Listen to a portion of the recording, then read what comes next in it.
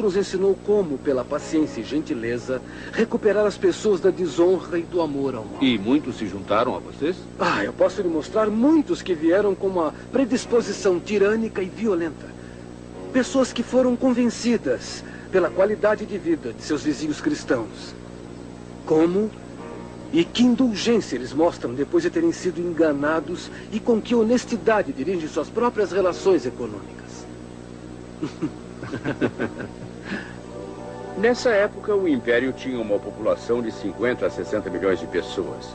Estimativas mostram que 5 a 10% eram cristãos, ou seja, 3 a 6 milhões de pessoas de todas as profissões e classes sociais. Enquanto mais e mais se convertiam, sua presença saturava a sociedade. E no início do século III, o pitoresco teólogo Tertuliano pôde desafiar corajosamente o Império, é claro que com um pouco de exagero retórico. O que é tão vasto quanto as pessoas que nós retiramos de vocês e levamos para alguma outra parte do mundo? A perda de tantas pessoas traria desonra sobre os seus governantes. Eles teriam que achar outras pessoas para governar. Vocês teriam mais inimigos do que cidadãos. Mas deste jeito, vocês têm menos inimigos por causa da multidão de cristãos.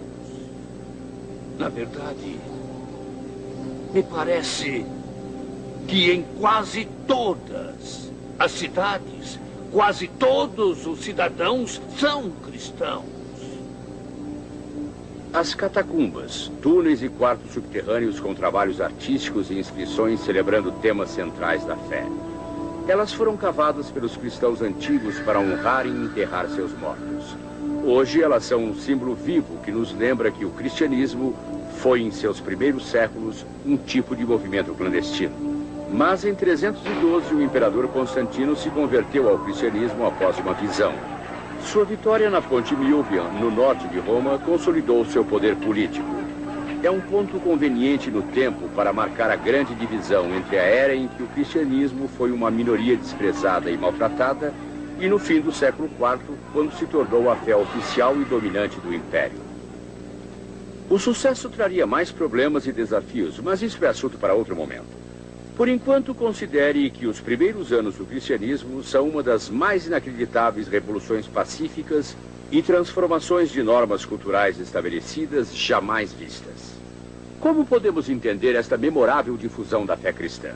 Nenhuma resposta simples é viável, mas parte da resposta pode ser encontrada considerando o que aconteceu aqui. Aqui foi onde Jesus fez o que nós chamamos de Sermão da Montanha, e parte desse sermão é chamada de Pai Nosso. E que sacudida o conteúdo do sermão, hoje tão familiar, deve ter dado nos seus ouvintes do primeiro século. Pois ele dizia para as pessoas como pensar em Deus e neles de uma forma diferente. Veja isto. Estas palavras cruzadas em latim foram encontradas em vários locais diferentes, inclusive a Inglaterra, dura Europos na Mesopotâmia e 2 em Pompeia, que tem de ser de antes de 79 DC, quando a cidade foi destruída. Ninguém sabe ao certo o que significam. Perceba o palíndromo. Como as mesmas palavras são escritas de frente e de costas. Veja como as letras podem ser rearranjadas para soletrar Pater Noster 2 vezes na forma de cruz. O N do Noster forma uma interseção com o A e o O não usados. Pater Noster são as 2 primeiras palavras do Pai Nosso, e o A e o O podem representar a primeira e última letras do alfabeto grego, alfa e ômega. Esses são os termos aplicados para os cristãos no livro do Apocalipse no Novo Testamento, significando o início e o fim. Pater Noster, Pai Nosso. Talvez nestas 2 palavras nós encontremos a pista de como o Evangelho se espalhou pelo mundo. Talvez o mundo no qual o Evangelho nasceu fosse um mundo onde as pessoas se sentissem à mercê dos fatos, vítimas da sorte. Suas vidas fossem controladas por forças astrológicas e impessoais. Sim, porque era um mundo onde, na maior parte, a religião era mais tradição do que crenças pessoais. Então, neste mundo veio o cristianismo proclamando que sua vida tem um sentido. Você é conhecido, você é amado, e que um Deus, maior que qualquer outro imaginável, é o Criador de tudo. Ele visitou o nosso mundo na pessoa de seu Filho Jesus Cristo para mostrar seu amor. E seu amor é tão íntimo que pode ser aproximado pela expressão Pai Nosso. Tal conceito era completamente novo, mas parecia ser o que muitas religiões estavam precisando. Era um conceito que encontrou um lar nas diversas culturas, religiões e classes sociais que formavam o Império Romano.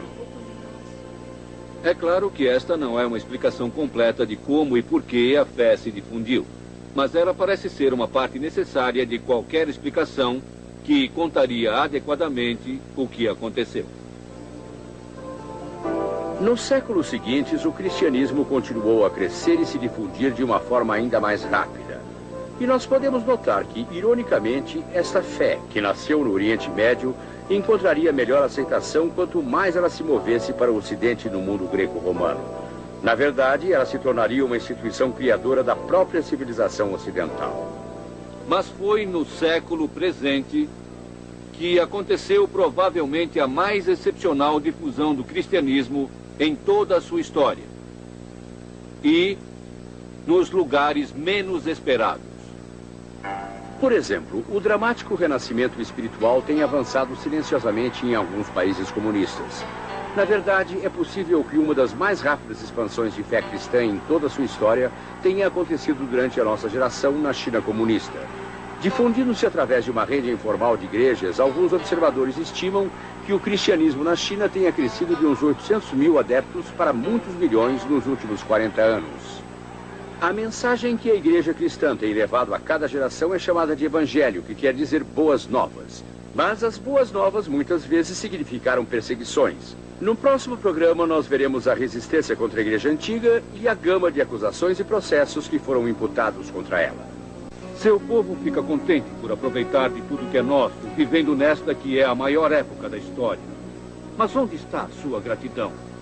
Vocês são todos esnobes antissociais. Vocês não mostram o devido respeito por nossos festivais de aniversário. Vocês não se sacrificam ao gênio do imperador. Vocês não lutarão nem se juntarão ao império. Nos programas anteriores, nós vimos como a igreja antiga se espalhou aqui de Jerusalém para os mais longínquos pontos do Império Romano. Mas o preço disso foram terríveis perseguições que produziram muitos mártires. Nos programas futuros, nós estudaremos essas perseguições em detalhe, mas hoje nosso interesse é sobre o que havia atrás das perseguições. É importante lembrar que o Império Romano tolerava várias religiões quase sem restrições. Mesmo assim, existiam certos aspectos do cristianismo que o mundo romano simplesmente não podia suportar. Neste programa, nós veremos o que fez o cristianismo ser tão intolerável e uma ameaça tão grande. Quais eram as acusações? Parte 3. Acusação. Esta é a única seção acima do chão que restou do pretório de Pôncio Pilatos em Jerusalém. Aqui Jesus foi trazido diante de Pilatos, acusado e julgado. Mais tarde, seus seguidores descobriram que eles também seriam continuamente trazidos para cá e acusados. As acusações imputadas contra os cristãos eram fascinantes e variadas, algumas levianas, outras maliciosamente falsas, mas outras eram válidas e mostram como o cristianismo representava, de verdade, uma ameaça genuína para muitas das convicções mais profundas e para os valores apreciados pelo mundo romano. Algumas acusações vão surpreendê-los, sem dúvida. Entre elas, canibalismo, rescisão de negócios, total imoralidade e incesto, antifamília, pobreza, ateísmo, inovação, falta de patriotismo, comportamento antissocial e causa de desastres. Entre os escritos dos anciãos da igreja existe um documento escrito por volta do ano 230 chamado de Otávios de Milícios Félix. Só uma cópia desse trabalho conseguiu sobreviver, mas é uma evidência bem válida que descreve um debate entre um cristão e um pagão no portal romano de Ostia. A argumentação deles foi extraída não só dos escritos de Otávios, mas também de outras fontes, permitindo incluir outras acusações atribuídas aos cristãos durante os primeiros séculos. A ação se passa nas ruínas da vila do imperador Adriano, em Tivoli, não longe de Roma. Vocês, cristãos, são a pior raça que já existiu no mundo. Merecem todas as punições que receberem. Ninguém gosta de vocês. Seria melhor se vocês e seu Jesus nunca tivessem existido. Ora, que é isso? Não vamos perder tempo com insultos. Conte suas queixas específicas e eu vou mostrar que, em muitos casos, você simplesmente nos compreendeu mal. Nos deu um julgamento justo. Quem sabe você possa se tornar um de nós? Você é que precisa mudar de ideia. Dizem por aí que vocês são canibais, que comem a carne de crianças nas suas reuniões sagradas. Bem, essa história já passou dos limites. Ou por malícia ou por desinformação, eu não sei. É baseada provavelmente no fato de que nós compartilhamos uma refeição do corpo e sangue de Cristo. Isso nós fazemos, mas não comemos a carne humana. É pão e vinho que consagramos para comemorar a morte de Nosso Senhor. Me surpreende que você dê atenção a esses boatos de canibalismo. Você sabe como somos. Não se esqueça. Se você tivesse um filho, e se ele fosse menina e você quisesse um menino, se esse filho fosse deformado e se você simplesmente não o quisesse, o que você faria? Você poria a criança para fora, exposta até a morte. Você sabe que é muito melhor deixar o bebê morrer do que criá-lo numa casa onde ele não é desejado. Nós não expomos nossas crianças. Gostaria que soubesse que muitas dessas crianças deixadas para morrer foram resgatadas por cristãos e ganharam um lar. Então é o contrário do que você nos acusa, Cecílios. Nós não consumimos vida humana. Ao contrário, nós a protegemos e defendemos. Está bem. Na verdade, é só um boato. Mas nós também ouvimos que vocês se encontram em segredo, bem antes do nascer do sol. E a imoralidade vulgar que nós ouvimos que acontece nesses lugares é tão indecente que eu não posso nem descrever. Exceto para dizer que é o incesto, o que eu acho mais repulsivo. Você nunca foi a um dos nossos encontros? Não, eu nunca seria visto por lá. Bom, se você fosse, você iria ver que o ato de amor e a intimidade que você imagina são de um tipo totalmente diferente. Nós nos reunimos antes do nascer do sol porque somos trabalhadores. Temos que ir ao trabalho. Nem sempre nos encontramos em segredo. Nós não temos templos nem sinagogas. Então usamos a casa de alguém que tenha bastante espaço. Nos chamamos de irmã e irmão e prometemos amar-nos uns aos outros porque é isso que nosso Senhor nos mandou fazer. E nós saudamos uns aos outros e abençoamos uns aos outros com um beijo sagrado.